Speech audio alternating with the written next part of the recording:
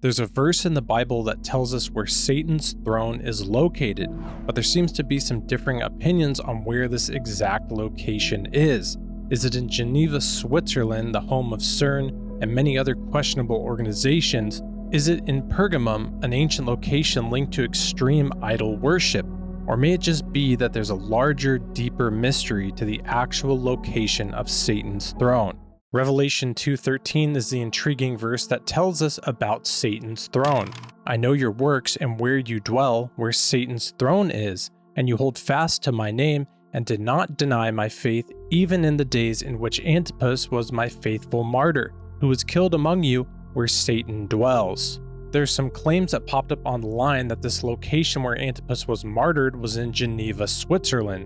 This would make a lot of sense actually when we look at everything going on in Geneva. First off, it's the home to the largest piece of technology on Earth, CERN, the Large Hadron Collider. Excitement and relief as the Large Hadron Collider subsystems whir back into action, setting a new world record. Colliding its first protons again after 3 years of upgrades, faster than ever before. This particle accelerator runs deep below the Swiss Alps, sending high-intensity beams through a 27-kilometer tunnel and smashing them together. In 2016, the Gotthard Tunnel was opened, which connects with Geneva, Switzerland. The ceremony for the opening of that tunnel seemed more like a spiritual ritual than a celebration of a construction achievement.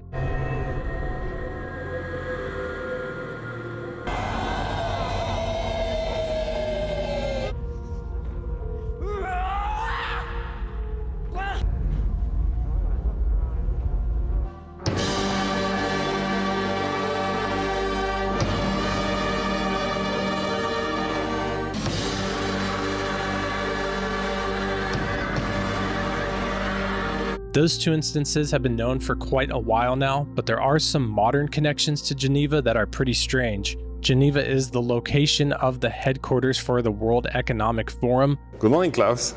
Good morning, Mike. Where are we? We are here at the headquarters of the World Economic Forum in Geneva. There is no organization in the world which has such a great future as we have. Because we fit exactly into what the world needs today. Can you imagine that in 10 years when we are sitting here, we have an implant in our brains, and I can immediately feel, because you all will have implants.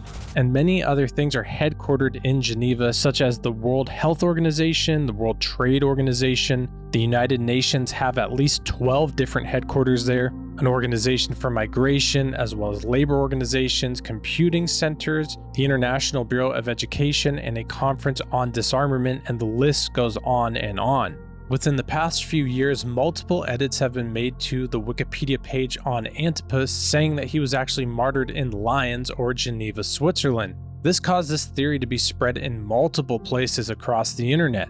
But in order to know the true location of Satan's throne, we just simply have to read the verse prior to that verse in Revelation 2. To the angel of the church in Pergamum, write, I know your works and where you dwell, where Satan's throne is. And you hold fast to my name, and did not deny my faith, even in the days in which Antipas was my faithful martyr, who was killed among you, where Satan dwells. According to the book of Revelation, we can see that the location of Satan's throne is in Pergamum. But actually, there's a deeper connection to be made here, one that may tie Geneva back into the equation. But first, let's look at why Pergamum is referenced as the location for Satan's throne. When it came to worshiping the gods of the empire, Pergamum was exactly the right place to be. Nearly every major deity had a temple here.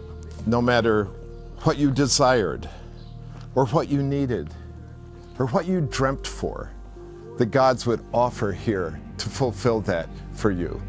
Pergamum was a location known for extreme idol worship. People would travel there to worship all types of false idols and false gods from all around the region. On one side, it was a very beautiful city. But on the flip side, it was one of the darkest, eeriest cities in the whole Roman Empire. The people of Pergamum were known as the Temple Keepers of Asia. The city had 3 temples dedicated to the worship of the Roman Emperor. another for the goddess Athena, and the great altar of Zeus, the king of the Greek gods.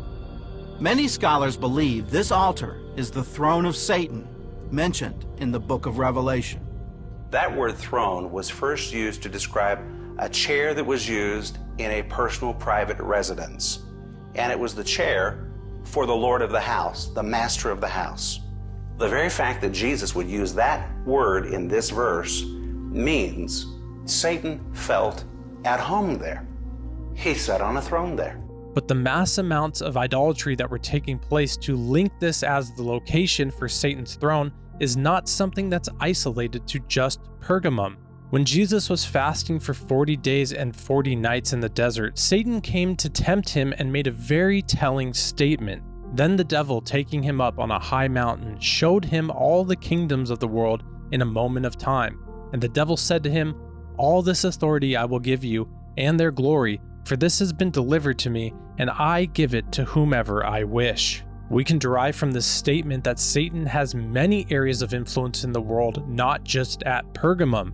Any place where the people turn their face from God and towards idolatry and their false ways is a place delivered to Satan. Satan is even the god of people who are living in the world who are not living for God's ways, whether they realize it or not, in whom the God of this world hath blinded the minds of them which believe not, lest the light of the glorious gospel of Christ, who is the image of God, should shine unto them. It's said that Antipas was martyred at Pergamum during the reign of Nero, 54 to 68 AD, or Domitian, by burning a brazen bull-shaped altar and for casting out demons worshipped by the local population. The reason Pergamum seems to be the location of the throne of Satan is because it was a hub for false idol worship unlike any other place in its time. But seeing that Satan is the god of this world, any place that turns from the one true living God and towards their own desires, towards lies and the ways of the world, can become another Pergamum. Whether that's Geneva, America, Rome, or any location that turns from God, all have the capability and the free will to become another location for the throne of Satan. Idolatry is anything that's taking the place of God in our lives. The Lord desires that we turn from these ways of the world and towards Him for our fulfillment and reliance. Do not love the world or the things in the world. If anyone loves the world, the love of the Father is not in him. For all that is in the world, the lust of the flesh, the lust of the eyes, and the pride of life, is not of the Father, but is of the world. And the world is passing away, and the lust of it. But he who does the will of God abides forever. Satan may have the locations on earth that turn from God and give themselves to his ways, but God rules over heaven, earth, and over all of creation. In Acts and in Isaiah, it tells us, "Heaven is my throne, and the earth is my footstool." There's two options of thrones you can follow. Satan's the god of this world, whose throne is passing away day by day, or the one true living God, the God of the Bible, whose throne is established forever, who makes the earth and the God of this world's throne his footstool. I hope you'll choose the latter. I hope and pray you're well. Thanks for watching, and God bless.